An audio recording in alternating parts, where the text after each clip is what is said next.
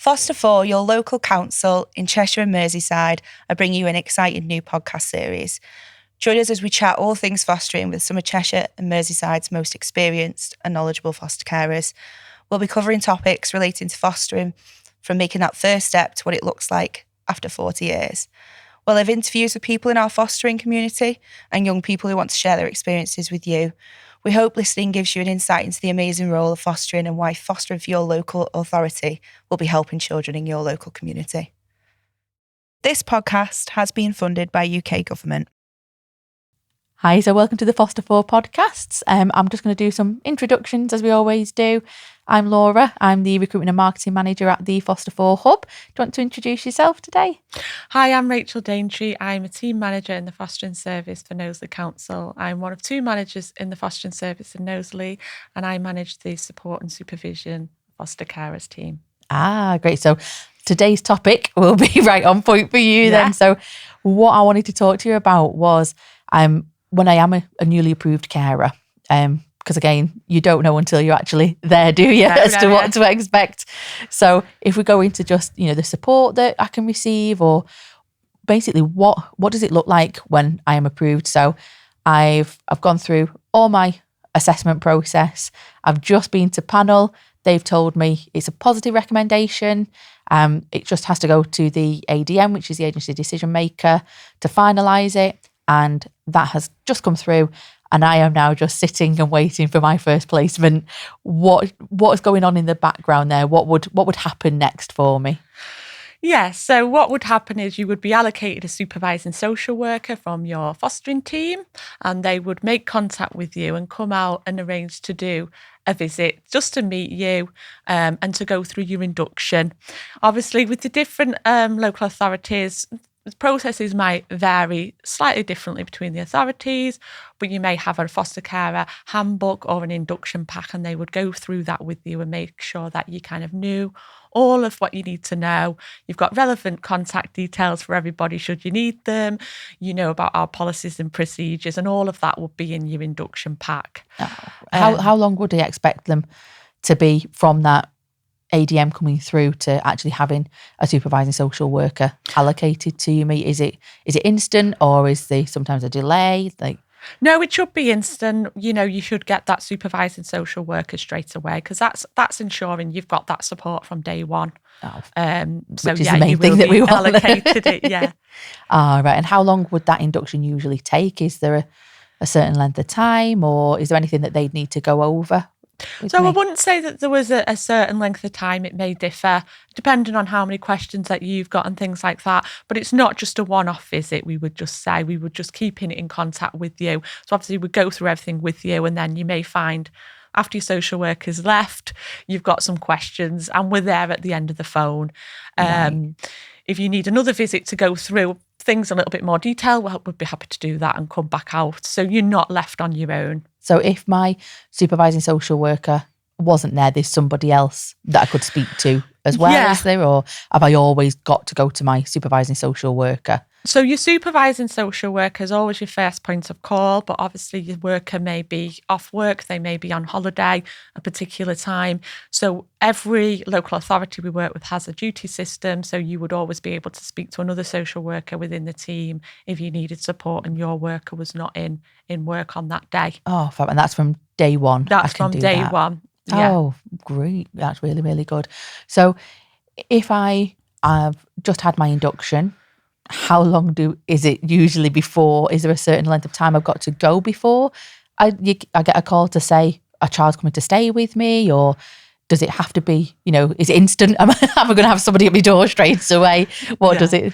So obviously, as soon as you're approved foster carer, we can look at matching you with a child.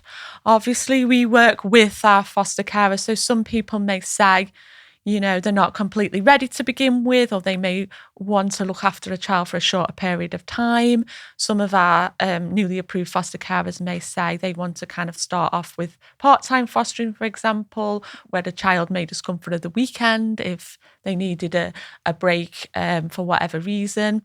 We work with foster carers about what the right match is for you at that time. But as soon as you're approved, yes, we can look at matching you with a child.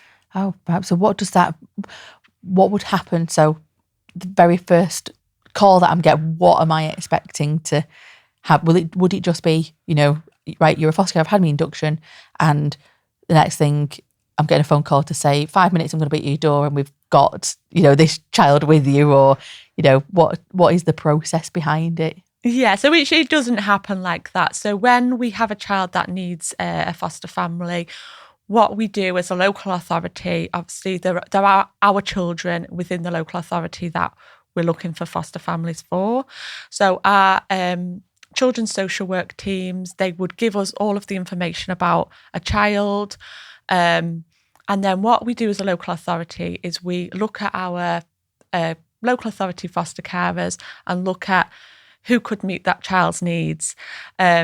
What we try and do is place a child with our local authority foster carers, because we want to keep them kind of obviously in the local area with all that benefits that brings. So we try our hardest to look at our foster carers in the first instance and make sure that we have got somebody within our own service who could support that child. You mentioned there that the children, will be in the local authority. So all children who are in need of care, they all will go into the care of their own local authority. Yes. Is that right? Yeah, that's completely right. Yeah. So obviously, typically, maybe if our children's social work teams may have been working with the family, they would have that information about the child. What happens is we have a referral form that the children's social work teams would complete about the child. So that would have all the information about the child's family background, the reason for the child needing a foster placement. It would have information about their education, where they go to school, their health needs, what any family time would look like. So their time that, they would go and see their families, how many times a week that would be, or the frequency of that. So what we would do as a carer, we would go through all of that information with you, either on the telephone or sometimes that would be a home visit. And sometimes what local authorities do as well is child social worker may actually speak to you as well about the child and give you some more sort of detailed information really about the child, their personality, their interests. So at that point, we try and give you as much information we can about the child so you can make an informed decision really about whether it's right for you and your family. Right. So you already go through and look at that child, and what you've got written down there, and to say, I think this matches this carer or this fostering household. You do that like a matching process. Yeah, we do. Beforehand. So we would do that before we made contact with you. We would look at what skills, what experience you've got, and whether we feel that specific child would be a good match for your family. And then we would go through the referral with you and make sure that you had all of the information, because at the end of the day, it's about whether you feel that it's right. We do our own matching, but we obviously always kind of go through all the information with foster carers as well. Yeah, because I take it there isn't, if you a black mark system that if you felt it wasn't right, if you say no, you're not going to get a black mark and say no. Completely. I mean, obviously, sometimes we may think that something's a good match, but then when we discuss it with foster care, for example, they may say, it's not going to work because of the location of the child's school, for example, and my own children, or those type of reasons. And it's absolutely fine to say at this point we don't feel that this is going to be a good match. And of course, with newly approved carers as well, people may feel like, we don't have that experience of that specific child at that time.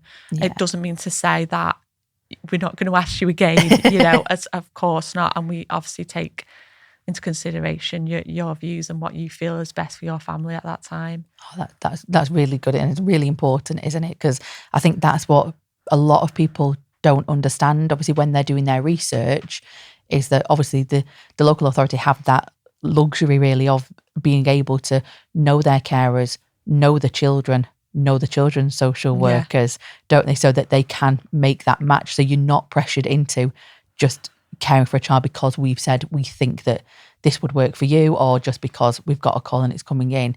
You've got that, the relationships are there, aren't they, throughout, to know the children and everybody that's in that support network. Completely. And I think that's really key about the children's social workers as well. But because we're local authority, we work alongside our children's social workers, and they're the people that know the children that you're going to be caring for. They may have worked with the family for maybe a long time before the point of placement is needed. So we do work really closely. And I say sometimes we might come out with the child social worker to speak to you about a specific child. And that's really good because we can do that in the local authority because we all work together. Yeah. Oh, wow. That's really, really good. So if I was sitting at home awaiting that first placement and I get this call to say, we have got a child who is in need of a foster home, we think your family is a perfect match for them, how have I got to answer there and then to say, yes, it's fine? Or, what would that look like? Would I get some time to think about, is this going to be right for us? Because I think one of the main things as a newly approved foster care, especially if it's your first placement, you are going to think, I just have to say yes. But, or are they just going to force this on me? And that doesn't seem to be the case from what you've just said. No, we try and give people time to consider whether it's right. Sometimes we do have emergency type situations, but as a newly approved carer, we would not particularly look at sort of an emergency for your first placement anyway. But yeah, we try and give people a bit of time to think about it. We know it's a big decision to be able to say, I can take this child in. So yeah, we try and give people as much time as we can. But we have those discussions. So we would explain to you when it would be needed by, and it may be that you need to call back and ask for some more information. It may be that there's certain things that you need to ask. So yeah, it's just about those conversations really. And we would go through that with you when we made that call or visit to explain about this particular child that needed a foster placement. Oh. And then I say, yes, we've agreed, we've had a chat, we've spoken, if we've got our children, we've spoken to our own children, we all agree that this is a good match for us and we'd like to offer a home for this child. How then does it work? Like, how am I, do you just come, do I pick the child up from somewhere or are they brought to me? How would it usually happen at that point? So usually a child would be brought to you by the child social worker. You wouldn't be just kind of expected to go and pick a child up. They should come with their own social worker or sometimes a duty social worker. And because it's really important that the child social worker would give you the relevant paperwork that you would need. The information about the child would all be included in that paperwork. So you would know things like if the child was on any specific medication, or you would have the details of family time where the child goes to school, and that'd be all written down in that information that the child social worker would bring out to you. Ah, right. And then if it's a child social worker, when would I expect my supervising social worker to come out? Are they coming, because a child obviously been put in my care, would they then be expected to come out to see us as well? Or? Yeah, so your social worker would then typically kind of visit within the next day just to make sure that everything was okay, that you had everything that you need. It's kind of, the support is there straight away, really, from your supervising social worker. I suppose having those relationships as well helps with that support, because as they, you've got that relationship with the children's social workers. I suppose that expands out to things like police, health, and everything, doesn't it? When it's your local authority, so you would know all of those when you're bringing that child forward, that you've got that support there. Completely, yeah. And as I said before, we work really closely with all our partner agencies in local authority. So we have those relationships, and we can support you, from day one in regards to that, really. It seems like there's quite, and it's important to keep children local in that community. Is that right? Is that what you would, obviously, that's what we're striving for, is to keep children local with local carers. Is there anything, do you know the impact that it can have on children? Is there research into it? Yeah, completely. It's so important for us to keep children in the local area. Obviously, it's about them being able to still see family members. It's about them still being able to go to school. It's about the friendships in school, little things like that children will say. If they're moved 30, 40 miles away, unfortunately, they're probably going to have to change schools. They're probably going to have to make new friends. They might not be able to see the family as often. So it's so important that we find families for children within the local area. Obviously, we listen to our young people who are care experienced, and they will say how important that is for us. And obviously, you touched on the research as well. When children are placed a long way away, they are really vulnerable to things like exploitation and things like that, because they haven't got those connections, those long-standing connections to the local community. So it's so important for us to find foster families for the children in the local area. Yeah, I mean, thinking about it as a fully grown adult, the thought of somebody coming to my home and saying to me, right, you're not going to be able to stay here. We need to take you away and you're going to be, going to live with another family.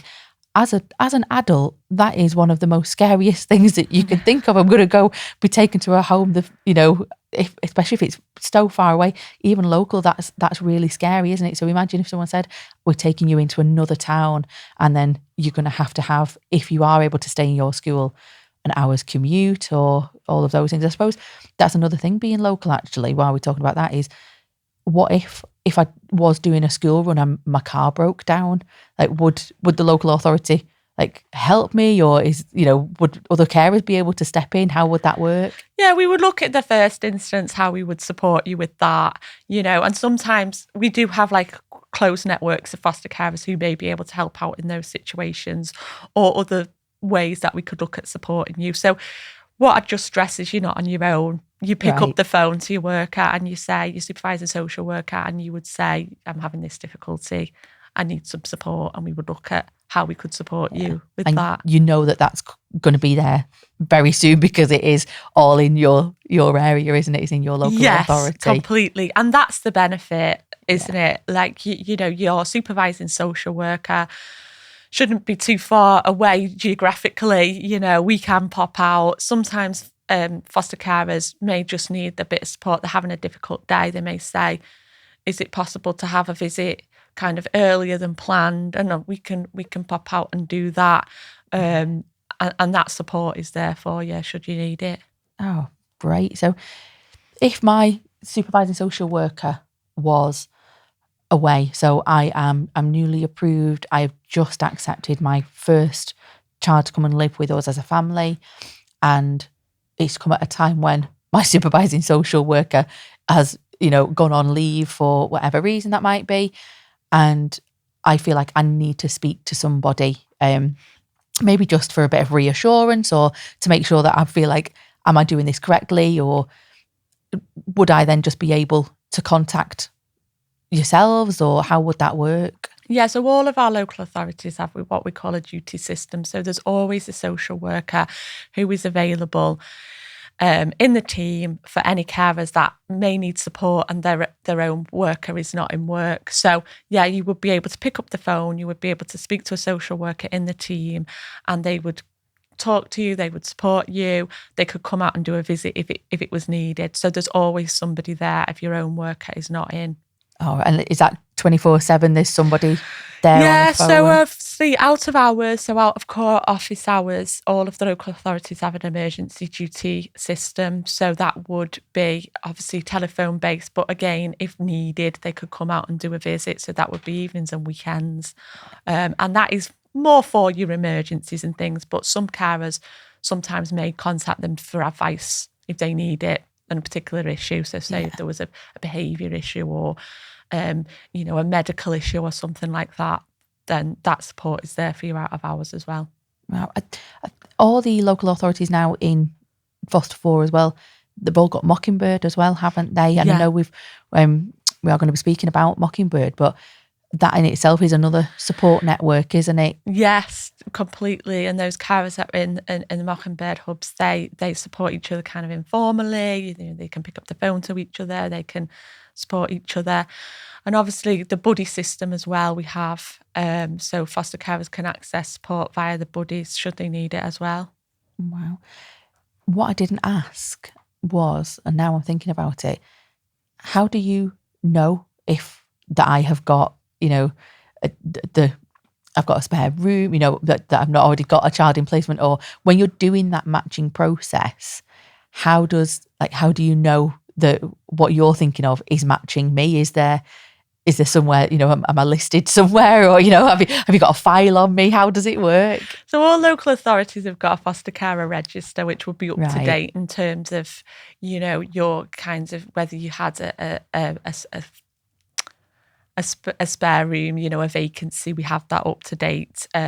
So the team members in the fostering service would have that information and have information about you that we would hold on our secure system. Right. So it would, when that child you're looking for a family home for that child, you would go through. So I take it, does it have everything about, who's in the house? Yes. Or so pets as well, would that be on there? Yeah, so pets. So basically all of the information that we would need to know. So if you've got your own children, for example, would it work with your own children and their needs and their activities and their kind of lifestyle? We would look at your pets. Obviously, some children potentially couldn't be placed with pets if they had allergies or, certain fears. You don't think and about things those like little that. things, do you? Yeah, so we would take all of that into consideration. The practicalities, where you'd be located in the borough, for example, whether the school run would be doable for you with your other commitments and things like that, what family time might look like. So we would know about you and your lifestyle and whether we think that would be a good match for you, for that particular child. So you do a lot of looking into it before. Yes. It seems like there's a lot going on behind the scenes before you've even made that phone call to, if I am a newly approved carer or any carer for that matter.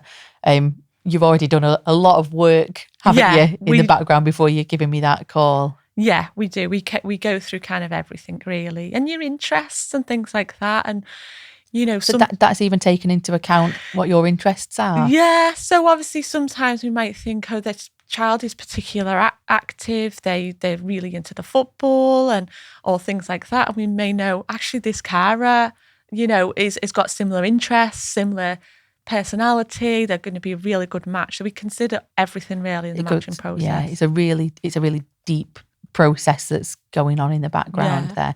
I think that's quite reassuring, really, isn't it, for a lot of people to know actually before I even know that a child has been brought into care, you're already doing everything that you can to make sure that you were doing the right thing, not just by the child but by the foster care as well, making that match the correct one from the get-go. Yeah, exactly. And it's really important, isn't it? We try and consider everything really within the matching process before, as you say, before we contact foster carers. Yeah, I suppose it's the worst thing that could happen is someone feeling like they had to take care of the child when they in their gut they knew something wasn't right, and then that placement was to then break down later on, and the child was having to be moved on. That would be the worst thing, isn't it? Yeah, so it's really important that if a carer didn't feel like it was a good match, then they say, and we do say that, and we give people the opportunity to say yes or no, and that's fine, that's absolutely fine. It's got to be right. It's got to be right for everyone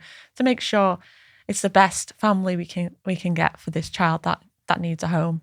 So when my supervising social worker, what is their role within that? Because obviously it sounds like we've got the children have got their own social worker. Yeah. Is that right? Yeah.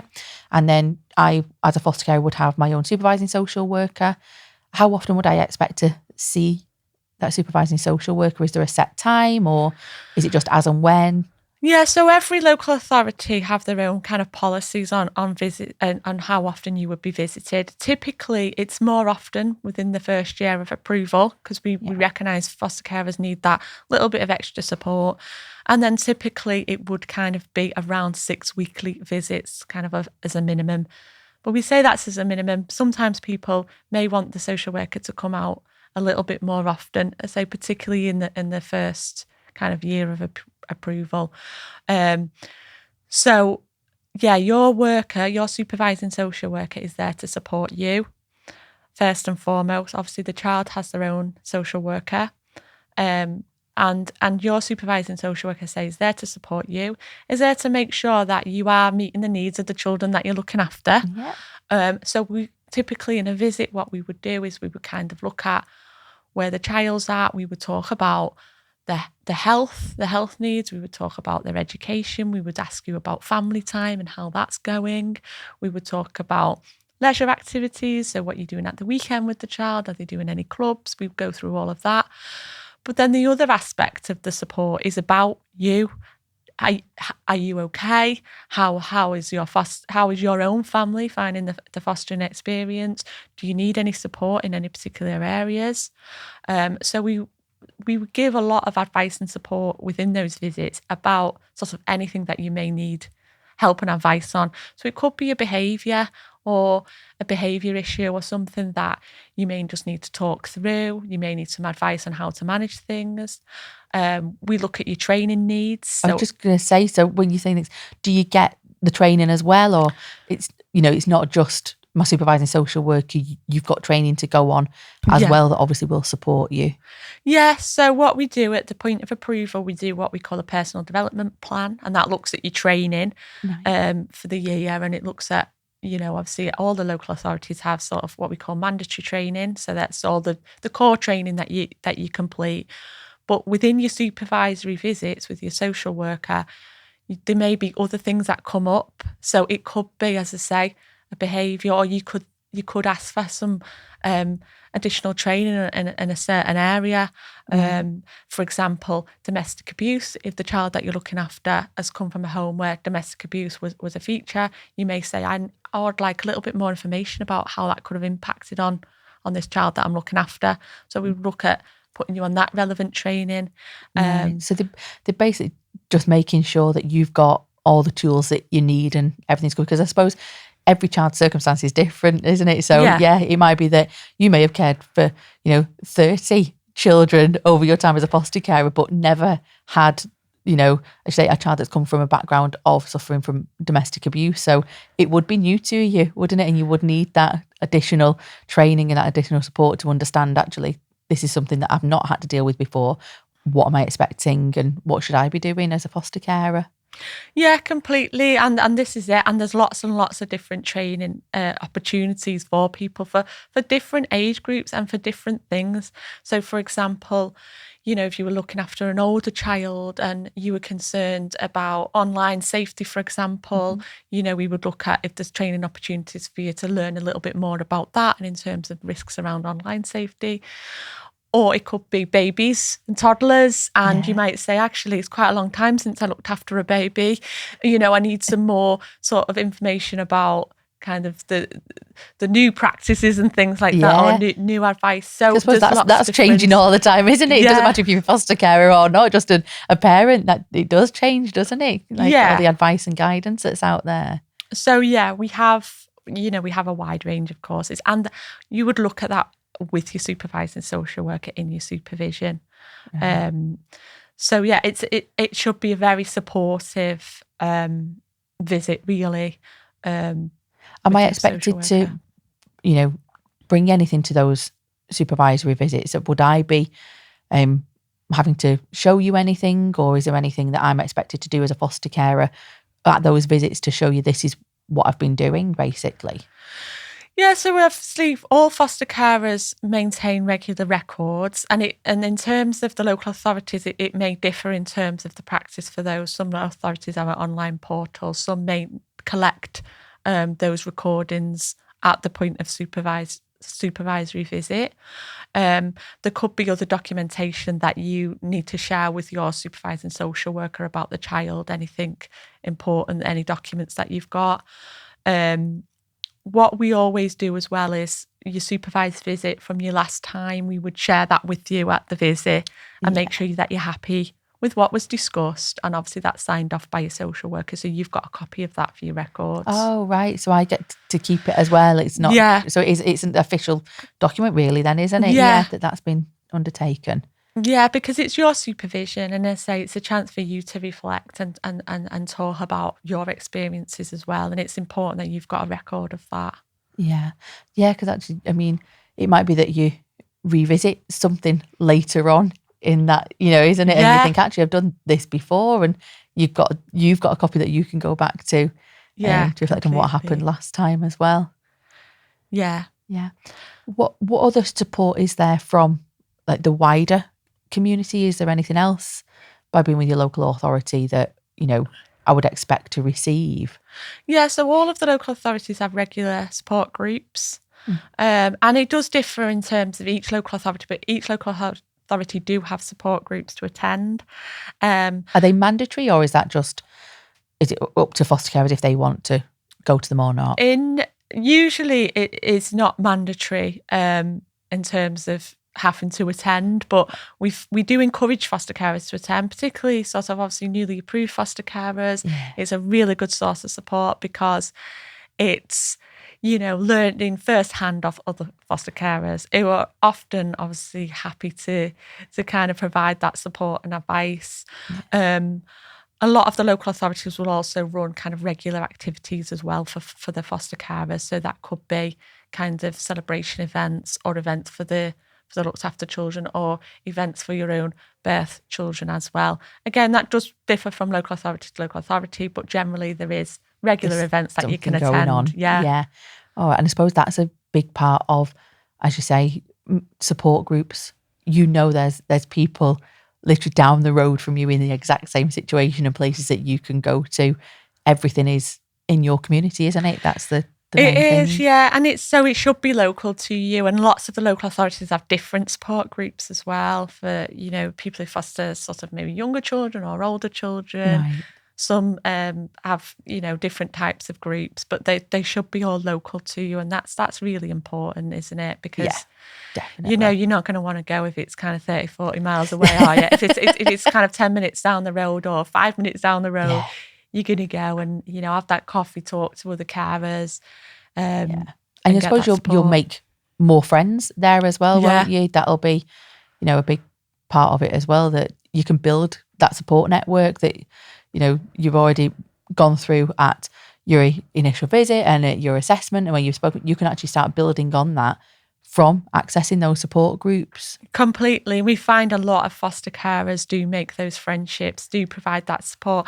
And then that's really important. They can pick up the phone if it's maybe a Friday evening or, things like that. And foster carers often kind of then can get together and do events at the weekends together. And it's that community, definitely. Yeah, I think that's one of the big things, isn't it? That we hear a lot from people who are coming forward to foster, or particularly those who want to transfer from an independent agency, because of that sense of community. We're all in this together.